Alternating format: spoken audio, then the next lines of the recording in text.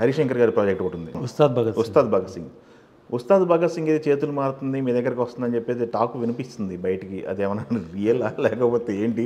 మీకు పవన్ గారికి ఉన్న వేవులు ఎంత వల్ల అలా వచ్చిందా బయటికి? మీ దగ్గర ఫస్ట్ ఇంటర్వ్యూ అంతేనా? ఓజీ గురించి వచ్చింది, నాట్ ఓజీ వచ్చింది. మార్కెట్లో వచ్చిన రూమర్స్ అప్పుడు మార్కెట్లో వచ్చింది. అది ఉస్తాద్ భగత్ సింగ్ మీద ఎప్పుడు లేదు అలాంటి, ఎప్పుడు రాలేదు. ఓకే, హరీష్ గారి మీద దగ్గర జంప్ అవ్వడం వల్ల ఒక దీనికి ముందు ఏమైనా బజ్ వచ్చిందేమో? లేదండి, అంటే హరీష్ గారిది క్లియర్గా కళ్యాణ్ గారితో నేను ఫస్ట్ వెళ్ళి మాట్లాడి, సో ఆయన ఎలక్షన్ అయ్యేంత వరకు చేసే ప్రాజెక్ట్ ఆలోచన లేదు మూవీస్ అన్నప్పుడు ఆయన పర్మిషన్ అంటే నేను తీసుకున్నాను, డైరెక్ట్ హరీష్ తీసుకున్నాడు. సో ఓకే, జంపింగ్ కాదంటే గ్యాప్లో ఫాస్ట్గా చేసేయాలి. ఎలా వస్తుంది సార్ ఇప్పుడు మన బచ్చన్ సాబ్? కంపారిటివ్గా చెప్పకూడదు కానీ మీకు హరీష్ మే fall in the top 2, top 3, అంటే మా వ్యూలో top 2 in the making a commercial movie. After అంటే లాంగ్ టైం, అంటే మిరపకాయ తర్వాత. అవును, వాళ్ళిద్దరు కాంబినేషన్లో సినిమా.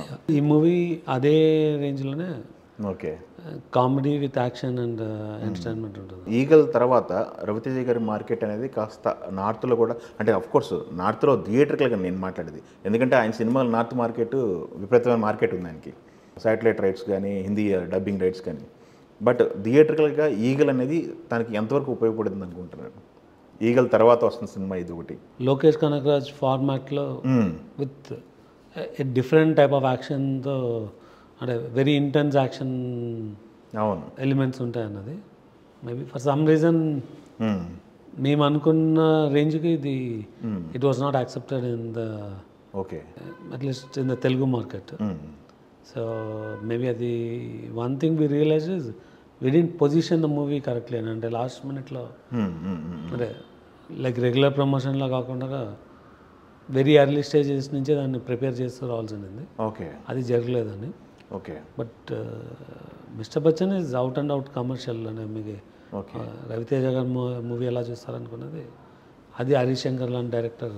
ధమాకా మ్యాజిక్, మళ్ళీ ధమాకా ఇస్ డిఫరెంట్. ధమాకా అన్నది నేను అనేది సాంగ్స్ కామెడీ అన్నది, దీనిలో యాక్షన్ ఎలిమెంట్స్ ఒక కమర్షియల్. ఇది హరీష్ గారి ఫ్లేవర్ గట్టిగా ఉంటుంది. మీకు ఒక డెఫినెట్గా హరీష్ శంకర్ ఇది చూస్తారు మీరు, ఆ ఇంపాక్ట్ అన్నది. సో ప్రజెంట్ ఉన్న సినారీలో సినిమా ఇండస్ట్రీకి సంబంధించిన సినిమాలు, కొన్ని సినిమాల వరకు కాస్త డిఫికల్ట్ పొజిషన్ ఫేస్ చేస్తాయి. If you make it you're good, otherwise it's challenge అన్నమాట. Challenge.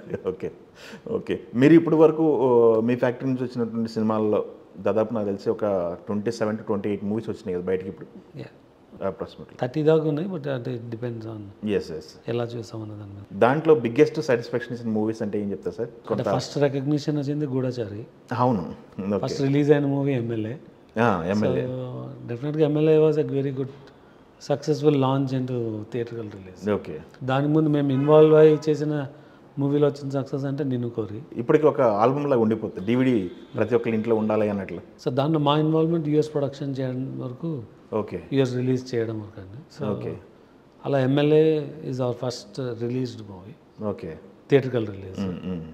So Goodachari is the first one to get good recognition. Okay, oh baby is the first one to actually realize money back.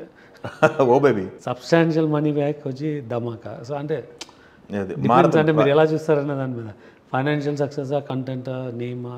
Yes, so డెఫినెట్గా bro చేయడం వల్ల we have a extraordinary outreach. Yes, so Kalyan గారు movie చేయడం అన్నది it's a very big deal. Yes, ఇప్పుడు చేసిన రాజా సాబ్ అంటే it will be a landmark movie for. ఏంటి రవితేజ గారిని ఏంటి బయట ప్రొడక్షన్కి ఇవ్వకుండా మీ దగ్గర కట్టేసుకున్నారంట?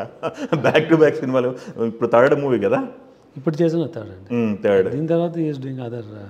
ఓకే, అలానే కదా ఇయర్కి ఒక మూవీ చేయాలన్నది.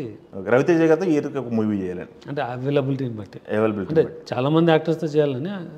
సో ఆయన చేసిన స్పీడ్కు the line up we built work అంతే. సో రవితేజ గారి అసోసియేషన్లో మీకు నచ్చింది ఏంటి? మీకు అసోసియేషన్ దగ్గరగా రవితేజ గారిలో చూసింది, లేకపోతే ఆయన ప్రాజెక్టులు?